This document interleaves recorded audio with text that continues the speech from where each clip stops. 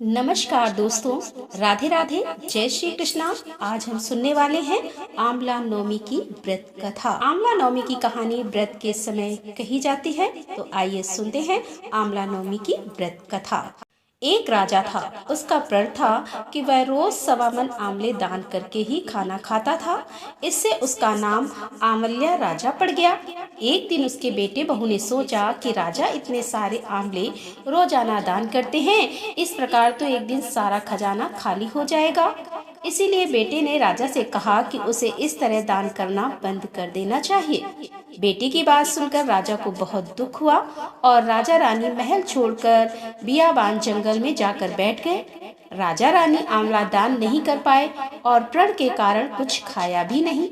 जब भूखे प्यासे उन्हें 7 दिन हो गए, तब भगवान ने सोचा कि यदि मैंने इसका प्रण नहीं रखा और इसका सत नहीं रखा तो विश्वास चला जाएगा।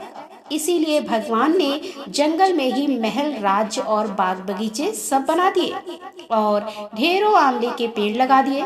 सुबह राजा रानी उठे तो देखा कि जंगल में उनके राज से भी दुगना राज्य बसा हुआ है।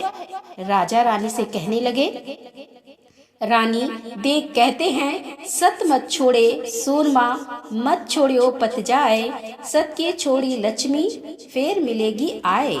आओ नहा धोकर आंवले दान करें और भोजन करें। राजा रानी ने आंवले दान करके खाना खाया और खुशी खुशी जंगल में रहने लगे।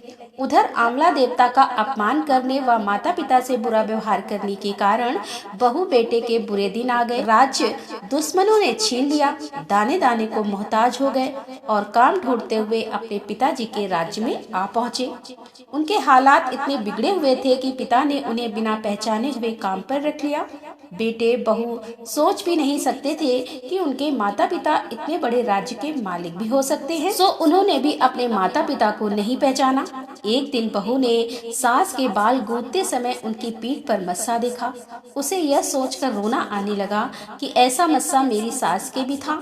हमने ये सोचकर उन्हें आंवले दान करने से रोका था कि हमारा धन नष्ट हो जाएगा। आज वे लोग न जाने कहाँ होंगे। यह सोचकर बहू को रोना आने लगा और आंसू टपक टपक कर सास की पीठ पर गिरने लगे। रानी ने तुरंत पलटकर देखा और पूछा कि तू क्यों रो रही है। उसने बताया, आपकी पीठ पर जैसा मस्सा मेरी सास की पीठ पर भी था। हमने उन्हें आंवले दान करने से मना कर दिया था, इसीलिए वे घर छोड़कर कहीं चले गए। तब रानी ने उन्हें पहचान लिया, सारा हाल पूछा और अपना हाल बताया। अपने बेटे बहू को समझाया कि दान करने से धन कम नहीं होता बल्कि बढ़ता है। बेटे बहू भी अब सुख से राजा रानी के साथ रहने लगे। हे भगवान, जैसा राजा रानी का सत रखा वैसा सबका सत रखना। कहते हैं सुनते हैं सारे परिवार का सुख रखना, बस यही कामना है। एक अन्य कथा के अनुसार एक बार जगत गुरु आदि शंकराचार्य भिक्षा मांगने एक कुटिया के सामने रुके। वहाँ एक बूढ़ी औरत रहती थी जो अत्यंत गरीबी और दयनीय स्थिति में थी। शंकराचार्य की आवाज सुनकर वह बूढ़ी औरत बाहर आई। उसके हाथ में एक सूखा आंवला था। वह बोली, महात्मा, मेरे पास इस सूखे आंवले के सिवाय कुछ नहीं है जो आपको भिक्षा में दे सकूं। शंकराचार्य को उसकी स्थिति पर दया आ गई और उन्होंने उसी समय उसकी मदद करने का प्रण लिया। उन्होंने अपनी आंखें बंद की और मंत्र रूपी 22 श्लोक बोले। ये 22 श्लोक कनकधारा स्रोत के श्लोक थे। इससे प्रसन्न होकर माँ लक्ष्मी ने उन्हें दिव्य दर्शन दिए और कहा कि शंकराचार्य, इस औरत ने अपने पूर्व जन्म में कोई भी वस्तु दान नहीं की। यह अत्यंत कंजूस थी और मजबूरी बस कभी किसी को कुछ देना भी पड़ जाए तो यह बुरे मन से दान करती थी। इसीलिए इस जन्म में इसकी यह हालत हुई है। यह अपने कर्मों का फल भोग रही है, इसीलिए मैं इसकी कोई सहायता नहीं कर सकती। शंकराचार्य ने देवी लक्ष्मी की बात सुनकर कहा कि हे महालक्ष्मी, इसने पूर्व जन्म में अवश्य दान धर्म नहीं किया है, लेकिन इस जन्म में इसने पूर्ण श्रद्धा से मुझे यह सूखा आंवला भेंट किया है। इसके घर में कुछ नहीं होते हुए भी इसने यह मुझे सौंप दिया।